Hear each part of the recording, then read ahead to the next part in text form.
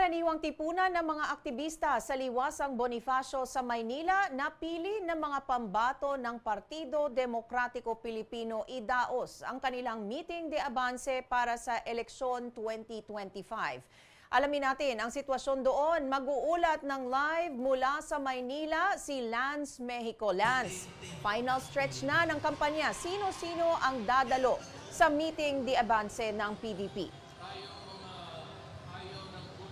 Well, tama ka, Mensuno. Final stretch na ng kampanya ngayong araw at sa unang ang pagkakataon ay dadalo si Vice President Sara Duterte sa rally ng Partido Demokratiko Pilipino ng kanyang ama na si dating Pangulong Rodrigo Duterte. Alam mo, Mensu, mula nang makauwi ang bise dito sa bansa mula sa The Hague, Netherlands, kung saan nakakulong ang kanyang ama, ay doble kayod ang Vice-Presidente sa panunuyo ng mga botante na suportahan ang pambato ng PDP. Base sa abiso na natanggap natin, inaasahang sa dulo pa ng programa magsasalita ang bise. Una nang sinabi ni Duterte na hindi siya dapat mag-e-endorso ng kandidato ngayong eleksyon 2025. Pero nagtulak daw sa kanya ang pagkakakulong ng dating Pangulo.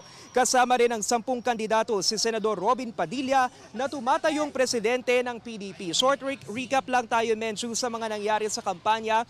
Matatandaang noong proclamation rally ng PDP nitong Pebrero, naroon pa si dating Pangulong Duterte pero isang buwan lang ang nakalipas. Inaresto ang dating Pangulo at ikinulong sa pasilidad ng International Criminal Court sa The Hague, Netherlands para harapin ang kasong Crimes Against Humanity for Murder na may kinalaman sa kanyang war on drugs. Mula noon, kanya-kanilang panunuyo ang PDP bets at tila sumento ang kanilang mga kampanya sa mensaheng ibalik ang dating Pangulo sa bansa. Sa 10 pambato ng PDP, 3 lang ang pumapasok sa winning circle o sa tinataguriang Magic 12 sa mga pinakahuling senatorial survey. Consistent na top rank ang re-electionist na si Bongo. Stable rin yung ranggo ni Senador Bato de la Rosa. Sa pinakahuling Octa Research Survey na inilabas kahapon, nasungkit niya ang 3rd to 9th spot.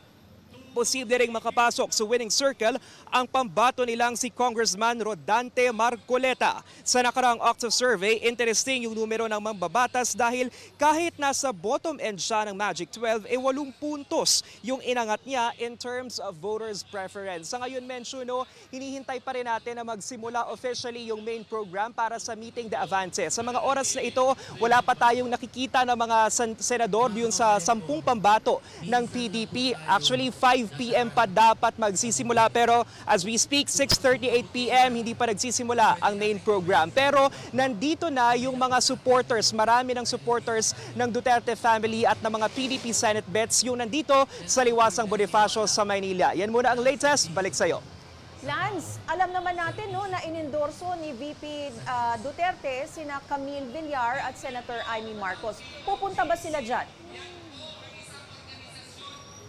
Mensu, sa ngayon, no, wala pa tayong abiso kung pupunta ba si Las Piñas Representative Camille Villar, pati ang re-electionist na si Senadora Amy Marcos. Pero kung matatandaan nga natin, no, yung sinabi ni Vice President Sara Duterte ay walang basbas ng dating Pangulo yung pag-endorso niya doon sa 2 kandidato, kina Marcos at kay Villar. Ibig sabihin, hindi sila miyembro ng official slate ng PDP para sa eleksyon 2025. Pero aabangan natin kung sorpresa bang magpapakita si Senadora Marcos, ang presidential sister, at ang Las Piñas representative na si Camille Villar na ngayon ay miyembro pa rin ng Alyansa para sa Bagong Pilipinas. Balik sa iyo, Mensu. Alright, maraming salamat, Lance Mexico, nag-uulat ng live mula Maynila.